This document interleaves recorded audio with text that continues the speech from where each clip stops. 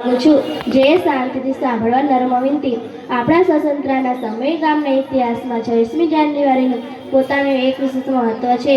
1930માં રાવી નદી કિનારે કોંગ્રેસના લાહોર અધિવેશનમાં પંડિત જવાહરલાલ નહેરુ દ્વારા આ દિવસે એક પ્રતિજ્ઞા લેવામાં આવી હતી કે જ્યાં સુધી ભારતના લોકોને આઝાદી નહીં મળે ત્યાં સુધી આ સ્વતંત્રતાની ચળવળ ચાલુ રહેશે।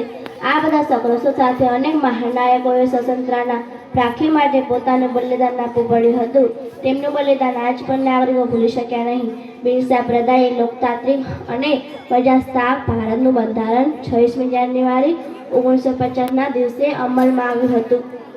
આપણા દેશનું બંધારણ બનાવવા 2 વર્ષ 11 મહિના અને 18 દિવસનો સમય લાગ્યો હતો।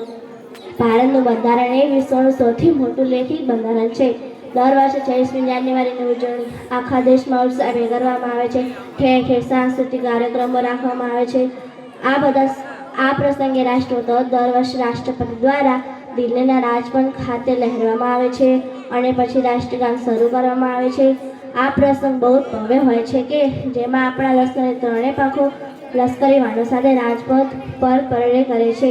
26મી જાન્યુઆરી 1950ના રોજ ભારત વિશ્વનું સૌથી મોટું પ્રજાસત્તાક રાષ્ટ્ર બન્યું। હવે હું મારા શબ્દોને અહીં જ વિરામ આપું છું અને તમારો આભાર। જય હિન્દ, જય ભારત, ભારત માતા કી જય।